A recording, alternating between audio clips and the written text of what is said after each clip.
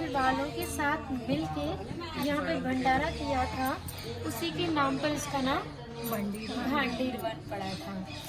और यहाँ पर जो ब्राह्मण पत्नियाँ थी, यज्ञ पत्नियाँ, वो नित्य कान्हा को भोजन प्रसादी खिलाने के लिए भांडीर वन में आती थी।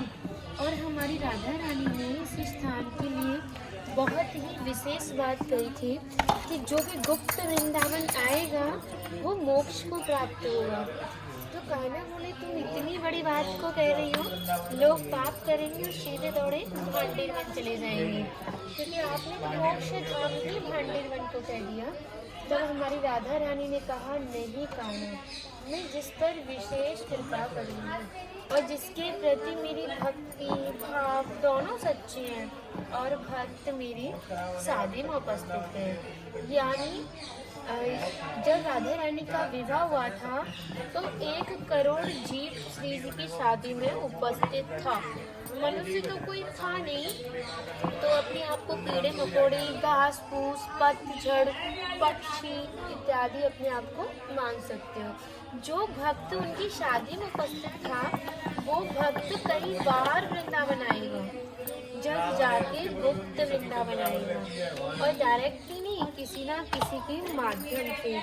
इस स्थान तक पहुंचने के लिए माध्यम का होना बहुत जरूरी है और सारा श्रेय भी माध्यम को जाता है, क्योंकि माध्यम ही हमें ऐसे दिव्य स्थान पर पहुंचाता है।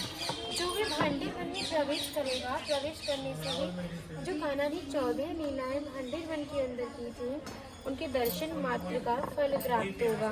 और जो भी यहाँ की किलका प्रसादी पाएगा और एक रात्रि निवास करेगा, वो इस ब्रज गौलोक धाम से ठाकुर जी के गौलोक धाम में जाएगा, क्योंकि हमारे ठाकुर जी ने गौलोक धाम को ही ब्रज 84 कोस में बांटा है।